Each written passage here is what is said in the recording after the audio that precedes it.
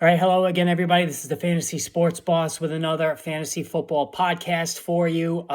Tomorrow starts the all-important championship week in fantasy football, Week 17. The Cleveland Browns against the New York Jets. So here we go. I mean, those who are in the final, this is it. This is it. Gut check time, right? I mean, we worked all season for this. The opportunity is right there in front of us. I know for me, I have one of my two leagues. I made the finals in. I'm the favorite going in for whatever that means. I feel pretty good about some of the matchups, and we're going to get into that during the live stream today. So there will be a live stream later this afternoon. So make sure you hit that subscribe button and the notification button as well. I've gotten some new memberships. Thank you guys. I appreciate the support. You can become a member by hitting the join button on the homepage.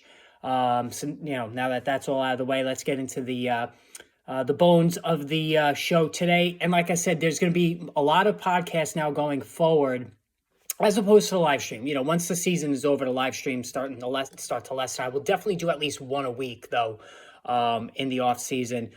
A lot of college football draft chatter that we're going to be discussing. I'm going to be profiling a lot of the players. And listen, that was one of the things that I think we could definitely take from the draft last year in terms of fantasy football is that we have seen guys who have that uber speed, the nuclear speed, become instant contributors in the NFL this season. I mean, look at Tank Dell.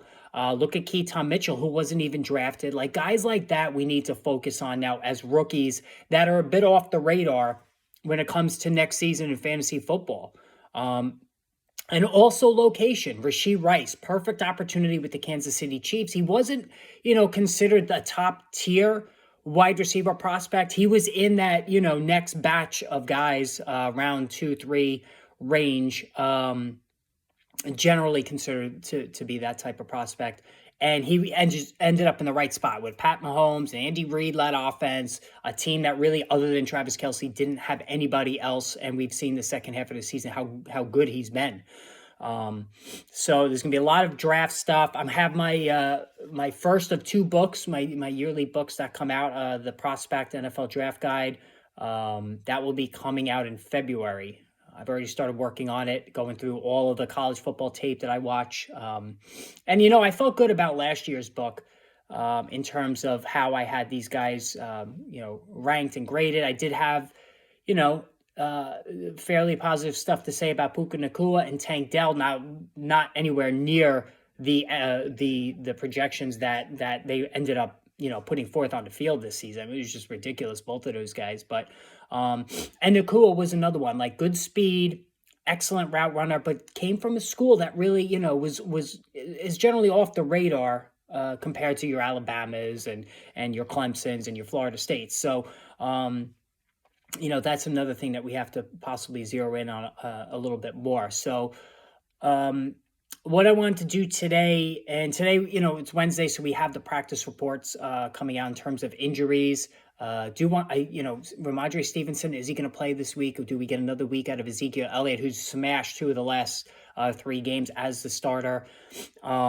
What's Trevor Lawrence's situation? They just signed Matt Barkley from the Giants practice squad. So is that telling about Lawrence possibly sitting out? And I think he should. I mean, the season's now over for the Jaguars. I think that it was unfair what they did to Lawrence. He's got injuries all over: concussion, shoulder, high ankle sprain. All the credit, the props, respect to Lawrence for gutting it out and playing. But I think the team is doing wrong by him by because he's not anywhere near 100%. You can just tell watching him on the field. He's struggling badly. He's turning the ball over like crazy. He's not healthy. And I know Doug Peterson, even yesterday, he's like, oh, he's in a better spot already this week. Like, come on, just let him sit. All right, it's over. Do right by your quarterback. So that's the issue that I have there. I haven't liked what I've seen from a lot of teams this year in handling their injured players. Derek Carr coming so quickly back from the concussion. Same thing with Chris Olave. There's just a lot of underhanded stuff going on, I believe, in the NFL that is not good for the league, is not good image-wise, these guys, I mean, again, how do you come back from a concussion a week later? Like, it just doesn't make sense to me. I'm sorry. It just does. I'm not a medical expert. I'm married to one. And, even she says it's very strange. Now, yes, you could beat the testing, but and everybody knows this. When you suffer a concussion, you're more prone to suffering another one in the subsequent weeks. And you're playing professional football where you're cracking heads multiple times a game, all game long. So, it just doesn't make sense to me, the way these guys are coming back. All right, another thing that we're going to be doing is a lot of off-season lessons, like lesson learned from the previous draft. And I love doing this because it definitely hones in on where we all went wrong, including myself, and what we do about it next year. And, a couple of years ago, I really had that kumbaya moment where, okay, it's got to be all wide receivers in the first 2 rounds going forward. Forget the running backs, all right? And even before that, the consensus of running backs, 27 and older. And that number has come down. It used to be like, 30 and 29. Now it's 28, 29. Now it's like 27 and 29. And next year we're going to have Christian McCaffrey at 28, Saquon Barkley at 27.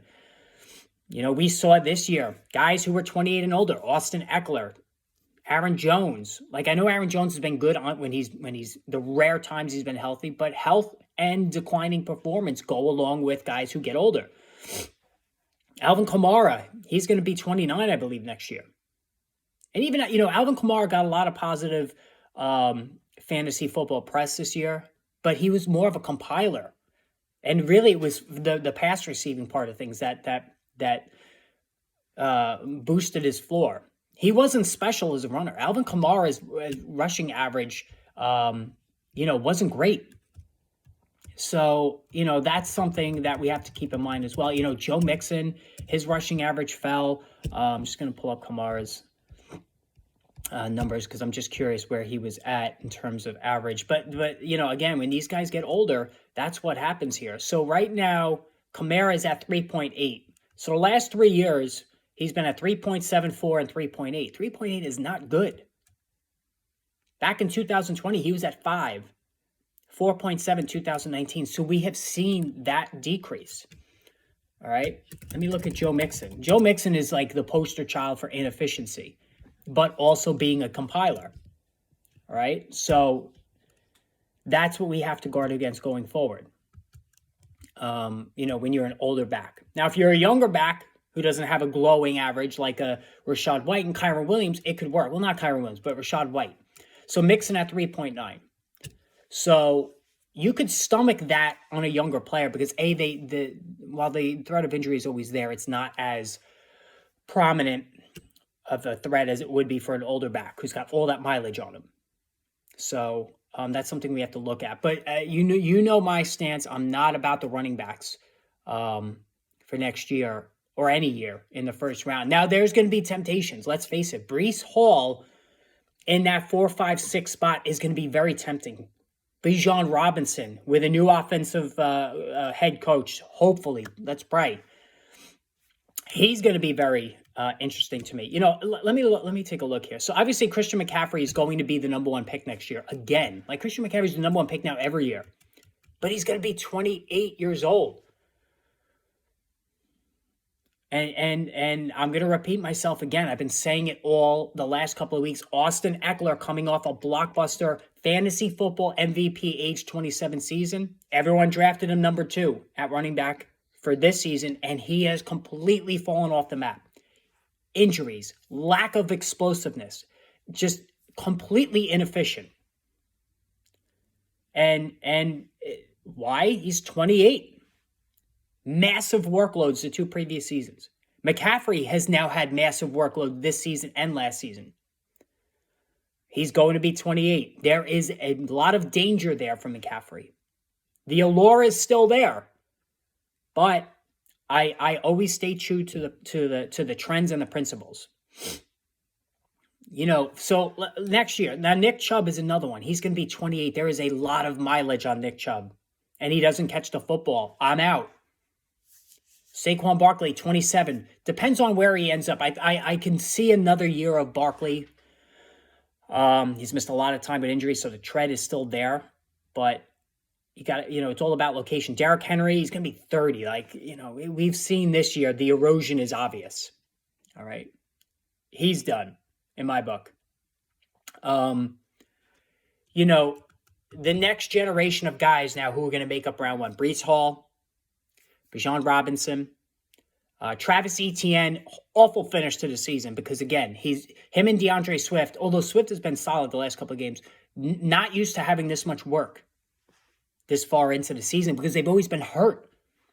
And so, they need oxygen tanks. That's how tired their legs are, their bodies are.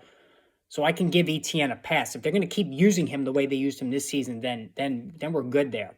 Jahmyr Gibbs, he's going to be a first-round pick next year. And it's going to be interesting to grade out Hall, Bijan, and Gibbs, right? David Montgomery's still going to be there for the Lions. If I had to pick between the three of them, I would probably still go Bijan Robinson, then Breece Hall, and then Gibbs. Only because David Montgomery is still going to be a major goal line threat to lessen the touchdown potential of Jahmyr Gibbs. Breece Hall and Bijan Robinson are massively explosive. So it's going to be McCaffrey. One, I think Bijan and Hall are fighting for that number 2 spot at the running back position. I believe that. I think Jonathan Taylor, again, injury, second year in a row. He's a second-round pick at best. Barkley is going to be a second-round pick. Nick Chubb is going to drop. Josh Jacobs is going to drop. Tony Pollard, what a joke. And Matthew Berry said it, and I love Matthew Berry. He's the pioneer, right?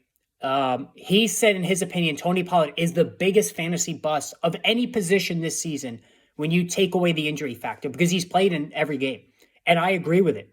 He was a late first, early second round pick with visions of grandeur that he was going to rush for 1,000 yards, catch 60 passes, score all these touchdowns, and he's done hardly any of that. Now, I know he's got 50-plus receptions, which is good, but he's gotten, I believe, either the first or second amount of red zone touches, and he's barely converted any of them. He's been wholly inefficient, single-digit points, way too often. And anybody who drafted Tony Pollard, that, no doubt about it, they have buyer's remorse. Looking at some of these other backs, I don't see Kenneth Walker. That's a guy I fade every year. He's always hurt. Zach Charbonnet is not going away. Kamara, again, this is an age issue with Kamara. He catches, a million passes. Derek Carr will be there next year. So in a PPR league, if you can get him as a running back too, I'm okay with that. Rachaad White. Now, Rachaad White is very interesting to me because, again, he's not efficient, Rachaad White. Let me pull up his numbers. But the numbers are there. We all knew what a great receiving back he is. And it was a slow start to the season, but he really picked it up, right? Rachaad White is averaging 3.6 per carry, down from 3.7 last year when it was painful to watch him at times running the ball. So he is not efficient at all. But he's going to be in that late first round, area code. And I'm not comfortable with him there. Kyren Williams, this one is a true riddle for me.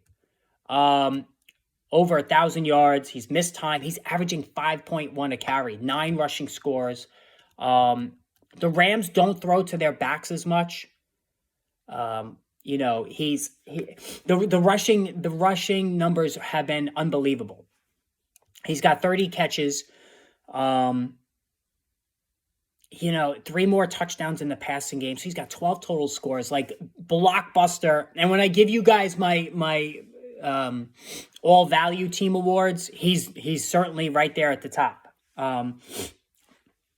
He's been unbelievable, but he scares me next year. He's still a smaller back, gets hurt. And even though he's averaging 5.1 a carry, that to me shocks me because I've told you guys this before. He ran 4.6 something at the combine. Was a 5th round pick, as I recall, out of Notre Dame. Questions about his speed. but he's made it work. I mean, my goodness. So Gibbs, Bijan, Hall, McCaffrey, those are your top four. I think Kyren Williams and Rachaad White are the next two. James Cook, rough last week, but he's having a nice season. He's going to be a second-round pick. Isaiah Pacheco runs like he's in a video game. He's somebody that's had a nice season as well. So yeah, that's my take on those guys in terms of the running back position for next year. And what was also interesting to me is I went back and looked at the top 24 picks in a PPR league, and it's crazy. Like, the first round was just littered with busts. So Justin Jefferson in a PPR league was the number one pick on average ADP. And, he's gone down as a bust. Now, I know he's balling out again now that he's back on the field, but the totality of the season hasn't been good because of all the missed time. Not because of performance when on the field, but all the missed time. But we can overlook that. Injuries happen. Would I draft Jefferson number one again tomorrow? Maybe. The number two pick was Christian McCaffrey. Absolute stud monster. That paid off big time. Number three was Ja'Marr Chase. Same thing as Jefferson. A, he's been injured. B, his quarterback is out. Now, we talked during the summer about when you look at these wide receivers, you need to draft wide receivers who have durable quarterbacks because, even before he got hurt during the summer, I specifically mentioned Aaron Rodgers behind that awful Jets offensive line. I said, if something happens to Rodgers, Garrett Wilson, who we all love this summer, is screwed.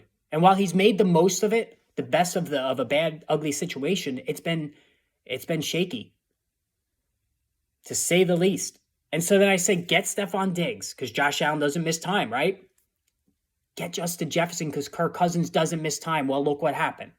Get Ja'Marr Chase, because generally speaking, Joe Burrow doesn't miss time. Look what happened. But we're okay with their performance when their quarterbacks were on the field. So it's not a performance issue for both. So we can go back to the well there. 4, Austin Eckler. Huge bust. Absolutely massive. As big of a bust as Tony Pollard. At number 4. Number 5, Travis Kelce. Kelce, the numbers are down across the board on a per-game basis, but they're still decent numbers. So he's a slight bust. But here's the key. What made Kelce such a great mid-first round pick was the lack of alternative options and the dearth of tight end, how shallow tight end was. Well, that's no longer the case. We have seen Trey McBride, Isaiah Likely, Sam Laporta, Dalton Kincaid, both Green Bay tight ends, instantly become fantasy friendly.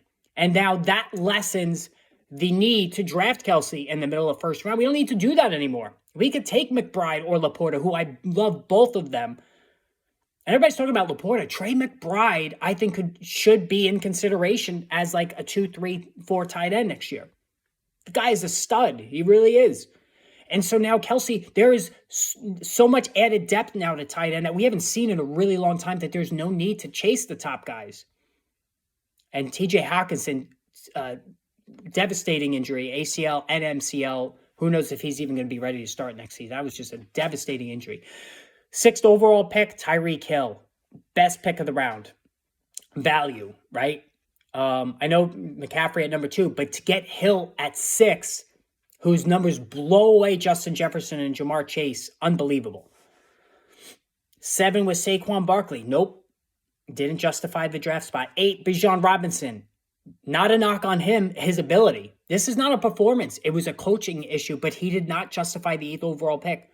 Number 9, Stephon Diggs was going swimmingly the first 2+ months of the season, but man, he's been at single digits, I think 4 of the last 5 games in PPR, which is just awful. You wonder if he's distracted, if he's just pissed off at the team. He's been disgruntled for a really long time. His relationship with Josh Allen is up for debate.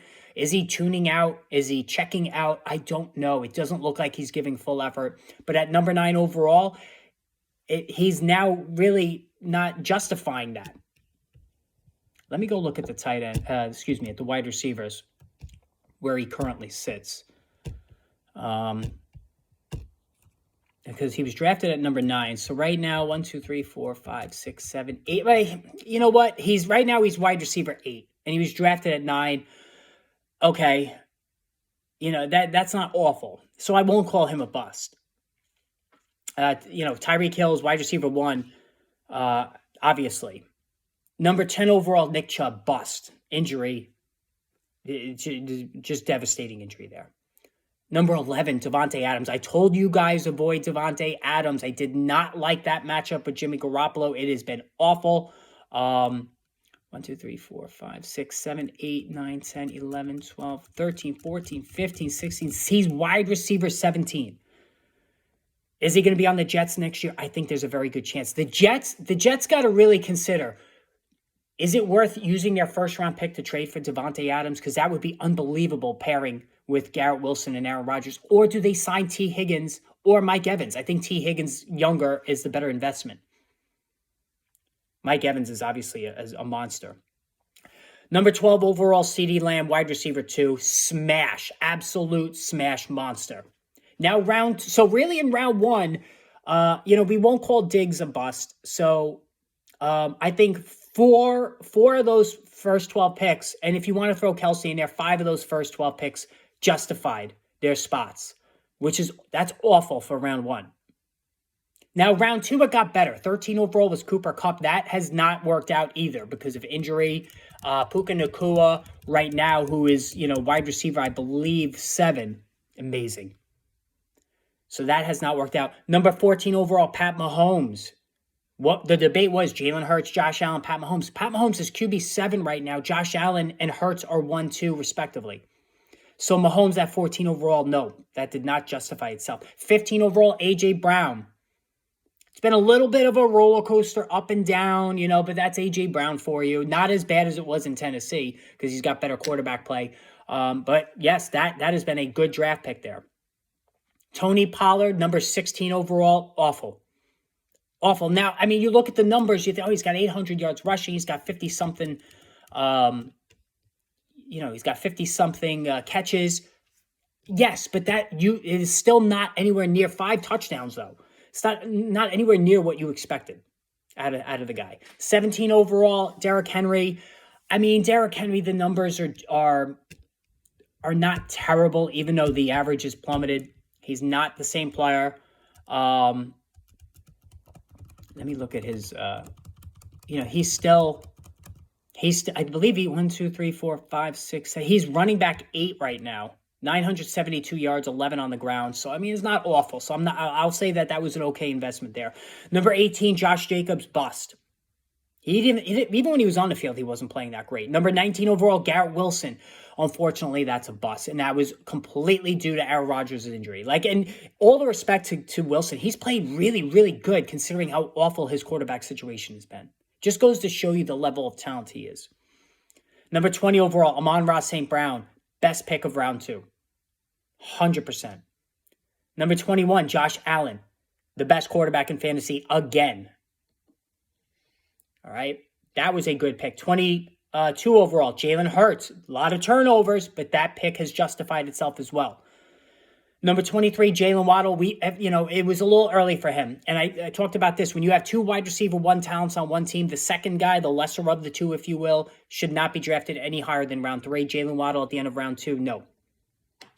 If you, round 3, yes. Not in round 2. And then 24 overall, Chris Olave. We had a lot of expectations here. The touchdowns were down a little bit. A lot of the blame goes on Derek Carr. He's been banged up. But I think at 24 overall, it was okay. It was all right there.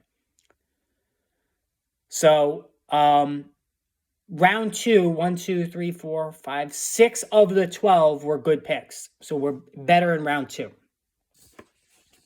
But round 1, all those running backs, 1, 2, 3, 4, 5 running backs were taken in round 1. Only one of them justified their draft status. So yeah, not good. It was just a collective mess at the running back spot early on in the draft. So yeah, a lot of lessons to be learned, and we have the entire off season to discuss this. And like I said, at the end, next week we're going to be doing the awards show. the all value team, all bus team, and the all pro fantasy team. So we're going to do all that. And, guys, remember I told you Lamar Jackson weeks ago, bet on him for MVP. He's the front runner right now after taking down the 49ers. And that was just an ugly game for the 49ers. If you're the 49ers, you got to be shaken a little bit by that result. They played awful. Brock Purdy was terrible. So that cost him the MVP, just like Dak Prescott the last couple of weeks cost himself the MVP with some shaky performances. So, yeah. But anyway, so that's all for today for this podcast, guys. Again, hit that notification, the subscribe button, so there will be a live stream later on today. I want to chat with all you guys, see who's still alive in the fantasy football finals. A lot of stuff to get to there. So we're going to stay very, very busy here on the channel, so make sure you're part of the fun. So until later on this afternoon, guys, I will chat with all of you. I'll see you later.